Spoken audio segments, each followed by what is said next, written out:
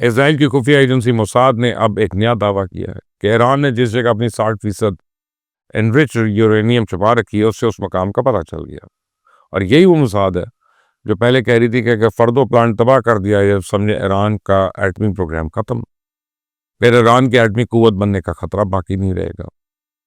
تو اب فردو پلانٹ سینکڑوں میٹر زمین میں دھس چکا ہے، تو نیتن یاہو نے ایک نیا ڈرامہ شروع کر دیا۔ تو نیتن یاہو کو اپنی اس جاریت اور مکاریوں کی قیمت تو چکانی پڑے گی۔ ایران قہر بن کر تابڑ توڑ میزائل برسا رہا ہے۔ اسرائیل کا کوئی علاقہ، کوئی شہر، کوئی ملٹری سائٹ محفوظ نہیں رہی، ہر جگہ تباہی نظر آ رہی ہے، اور نیتن یاہو نے اس تباہی کو چھپانے کو میڈیا پہ پابندی عائد کر دی ہے۔ تو اسرائیلی فوجی غیر ملکی میڈیا کو صرف اس وقت کوریج کی اجازت دیتے ہیں جب کسی میزائل کا کوئی ٹکڑا کسی رہائشی آبادی پہ آ کر گر جائے، تاکہ یہ پروپیگنڈا کر سکیں کہ ایران اسرائیل کی آبادیوں کو نشانہ بنا رہا ہے۔ لیکن جب یہی میزائل اسرائیل کے بجلی گھر، ان کے میزائل فیکٹریز اور ایمونیشن ڈمپ پہ گرتے ہیں تو وہاں پہنچنے والے صحافیوں سے کیمرے بھی چھین لیے جاتے ہیں، انہیں کئی گھنٹے حفظ سے بے جا میں رکھا جاتا ہے۔ تو چند روز پہلے اسی نیتن یاہو نے اپنے شہریوں کو ملک چھوڑنے پر پابندی لگائی تھی۔ ایران کو غضبناک دیکھ کر اب اسی نیتن یاہو نے اپنی ہی لگائی ہوئی پابندی اٹھا لی ہے۔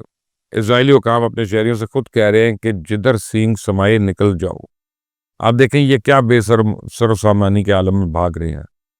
ابھی سائپرس جائیں یا کہیں اور، جس سرزمین پہ بھی قدم رکھیں گے انہیں فری پیلسٹائن کے نعرے سننے پڑیں گے۔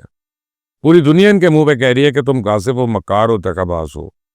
78 سال پہلے یہ لوگ بے سر و سامانی کے عالم میں فلسطین کی دھرتی پہ وارد ہوئے تھے، اور پھر آہستہ آہستہ یہیں پہ قابض ہوتے گئے، مالک بن گئے۔ اسرائیل کا تو پتہ نہیں وجود ہی جائز ہے کہ ناجائز ہے، یہ لاکھ سازشیں کر لے، ایران لگتا ہے اس کو سبق سکھا کر رہے گا۔ اس دنیا میں اگر مکاری کا کوئی چہرہ ہے تو وہ بھارت ہے۔ اس دنیا میں ذلت کی اگر کوئی شکل ہے تو وہ مودی کی ہے۔ یہی وہ کمینہ ہے جس نے دوست بن کر ایران کی پیٹھ میں چھرا گھونپا۔